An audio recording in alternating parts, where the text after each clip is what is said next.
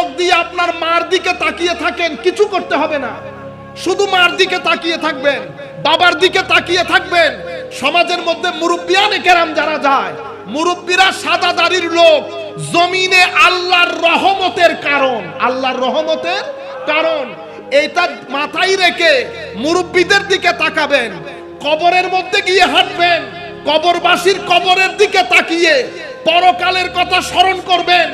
দেখবেন কোনো ওষুধপত্র লাগবে না, ভিতরে একটা স্থিরতা কাজ করতেছে, ভিতরে একটা স্থিরতা কাজ করতেছে। কৌজুর বাংলাদেশ খারাপ হয়ে গিয়ে কি খারাপ হয়ে দে বাংলাদেশ, আপনি বাংলাদেশ ভুলে যান, মনে করবেন আপনি নিজে একজন বাংলাদেশ, নিজে একজন বাংলাদেশ। আপনি ভালো আছেন কিনা দেখেন, নিজের মধ্যে শান্তি প্রতিষ্ঠা করতে পারেন না, আপনি বাংলাদেশে চিন্তা করে লাভ আছে না।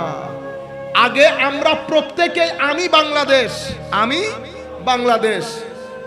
তাইলে বাংলাদেশে আমি শান্তি প্রতিষ্ঠা করব কিভাবে? আমার এখান থেকে যদি মিথ্যা কথা আসে, গীবত আসে, গালাগালি আসে, তাইলে বাংলাদেশ আর বাংলাদেশ আছে নাই। আমার চোখ দিয়ে আল্লাহ রাব্বুল আলামিন জিনিস যেগুলো হারাম করেছেন, আল্লাহ রাব্বুল আলামিন ইনকামের যেই টাকা হারাম করেছেন, এমনিতে তো আমি অনেক বড় নামাজি, কিন্তু ৫,০০০ টাকা যখন আমি ৫,০০০ টাকার ভর সহ্য করতে পারি না,